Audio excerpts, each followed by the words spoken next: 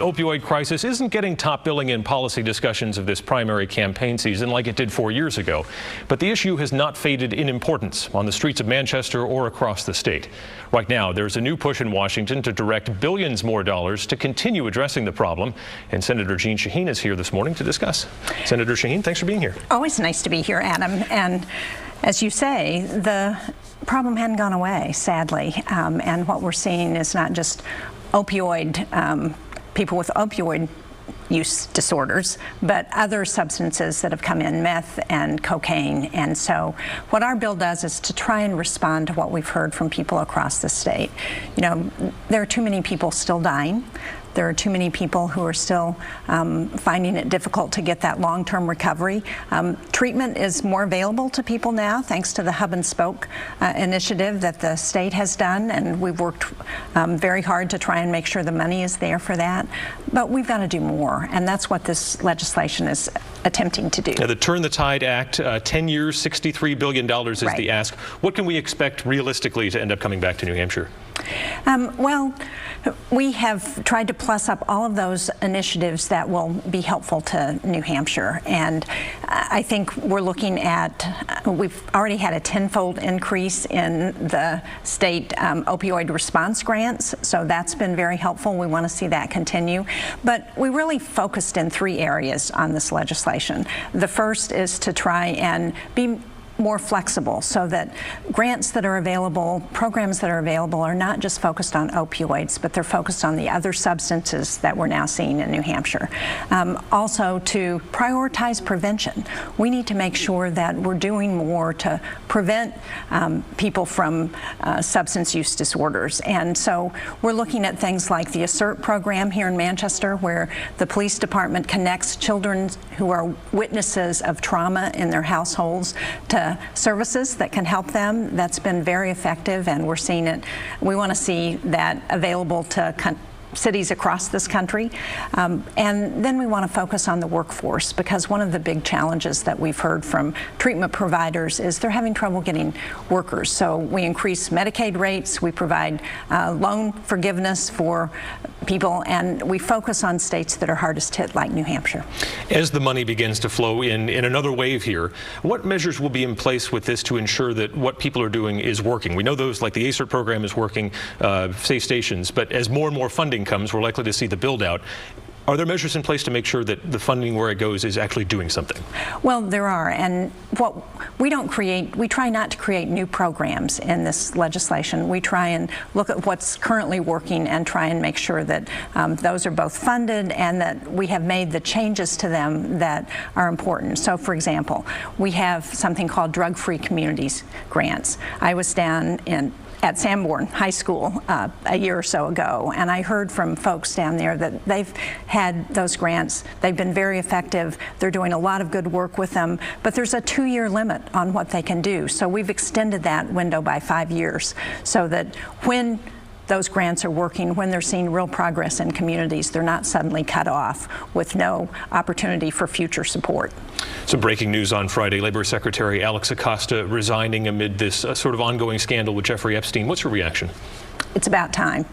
You know, as someone who was involved in that plea deal with Jeffrey Epstein and seemed to be the person who was directing it, he did not have the moral authority that he needed as the Secretary of Labor to deal with sex trafficking, which is one of the things that's part of the Labor Secretary's portfolio, or many of the other issues. So I did not vote for Acosta to be Secretary of Labor. I didn't think he had the qualifications, and clearly, given what's surfaced around this Epstein deal, he, as I said, doesn't have the moral authority.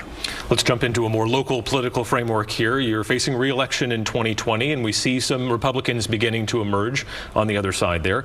Are there any of those gentlemen who are considering running or exploring who you look at and say, gosh, I really hope I don't have to run against that guy?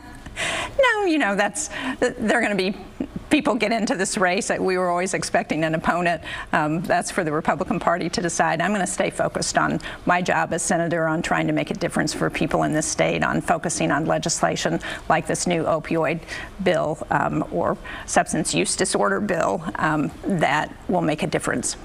Do you think the state's new voting laws are going to impact sort of the voters that will be able to turn out, that you'll be able to turn out in 2020? Well, we haven't yet seen if the court's going to uphold the state's new voting laws. I think it's a direct, and we know because the governor has said that, this is a deliberate attempt to keep young people from voting because they have historically voted more Democratic. And as the governor said, he said if we had had these laws in place, we would still have Kelly Ayotte as senator. We know that this is an effort to keep those young people from voting, and that's just not right. What we want to do is encourage people to vote in New Hampshire and in this country. That's part of what our democracy is about. And this effort to suppress voters because we think those voters may not vote the way we want them to is really tragic, I think, and very bad for our country. They would still be able to vote, though, just not here. Well, but one of the things that we know is that in federal elections, what we've said time and time again is that students should be able to vote where they go to school. And that's what this is all about. It's about trying to keep them from voting where they go to school. In 2014, you faced a pro-choice Republican. There's no such candidate on the horizon in 2020. Safe to say that abortion rights are going to be a major issue in this campaign? I think health care, and particularly women's reproductive care, is going to be a very big issue. Support for Planned Parenthood, making sure that those initiatives are still there for women to be able to access are critical. You know, we had a press conference this week on response to what we're seeing in oral arguments in court to try and overturn the Affordable Care Act. And one of the people who spoke was State Representative Samantha Fox. What she talked about was the fact that she has a reproductive health disorder and that she couldn't get health insurance because that's considered a pre-existing condition. And without the Affordable Care Act, she wasn't sure about whether she would have been able to get pregnant and cover the costs for maternity care and prenatal care that she needed for her son, who is doing very well at this point. And we have story after story like that about women who need access to care, who, because of the Affordable Care Act, are able to get their contraceptives that they need without copays, who are able to get the care they need. And that will continue to be a very big issue, not just in my race, but across the country. Another big issue that is a huge focus right now for Democrats is the Hyde Amendment, which bans federal funding for most kinds of abortion. I believe you're on legislation to repeal that, but there's also discussion of a litmus test. Some of your colleagues in the Senate are saying we should have a more explicit litmus test for federal judge appointees to declare that they support abortion rights. Do you agree with that? You know, I think it's important for us to have judges who say that they will support Roe v. Wade. That's the law of the land, and we need to see that continue. I think it's very important to ensure a woman's right to privacy and to make her own choices about her own body with her family and her health care providers. Closer to home here, the New Hampshire Attorney General was just rejected by the Executive Council to be the Chief Justice of the Supreme Court, and while his lack of judicial experience was cited, there was also a component to this of the abortion rights discussion that came into it, where it was cited that his past work for a very pro-life senator was concerning. You're a former governor of the state of New Hampshire. You dealt with your own Executive Councils. What are your thoughts on how that process went down? You know, I think what has happened with our judiciary in this country is very disappointing. We've seen it at the federal level, where the Federalist Society has basically been choosing the judges that are getting appointed by this administration. We've seen it with 2 Supreme Court nominees now, and I think that undermines the institution of our courts. People need to understand that the courts can be an objective arbiter, and anytime they think it's all about politics, it's all about partisanship, as opposed to the qualifications of judges, then that undermines the court. It really started with, if we want to go way back, to Robert Bork, but more recently with Merrick Garland, when President Obama put forward a nominee who should have been acceptable to both Republicans and Democrats. He had been approved at the district court level of the D.C. Circuit by, you know, an overwhelming bipartisan vote, and yet We saw Mitch McConnell hold up his appointment for a full year until after the election because he was making it partisan. That is not good for our country. It's not good for our judiciary. So safe to say you're troubled by a similar kind of process occurring here?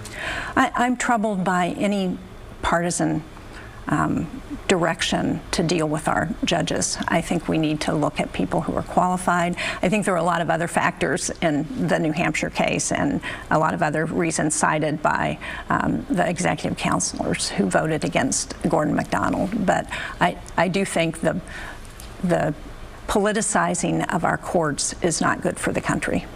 You are leading the charge to bring the U.S. women's national soccer team to Capitol Hill and meet with the U.S. women's senators. Tell us what you'd like to talk about when you get them seated there. Well, I'm sure one of the things they want to talk about is equal pay, and I think they have a legitimate gripe, and that the FIFA needs to change the way they're paying women. But I'm sure they also are going to talk about what's happening in the country, the enthusiasm for women's soccer. I think there were more people who watched the final of the World Cup for women than any other soccer match in history in America. So that's good news for soccer. They want to get young people excited. But I was also impressed with their ticker tape parade and the comments that were made that about what the country needs is more of us to listen to each other and talk less, for more love and less hate. I think those are messages that resonate with young people and should resonate with the entire country. Hopefully we will get into some of those issues and talk about how we can all work on being less divisive.